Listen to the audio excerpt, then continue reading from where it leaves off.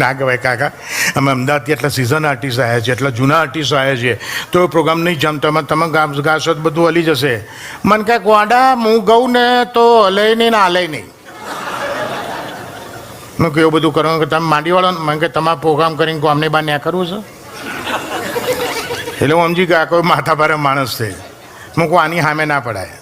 એટલે મેં ઓર્ગેનાઇઝરને કહ્યું મને કે આપી દે ને એક ગાયન, કે આપણા ગામમાં ક્યાં ફરી આવવું છે, એનાઉન્સ કરી દે.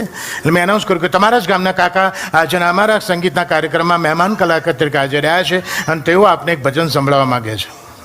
કાકા સ્ટેજ પર મૂકું, સોરી કાકા, મેં પૂછ્યા કે ભજનનું એનાઉન્સ કરી દીધું. મને કે ગોડા ભજન જ ગાવાનું છું, બાકી આ ઉંમર ફિલ્મને આવડે ગવાય જ નહીં, ભજન જ ગાવાનું.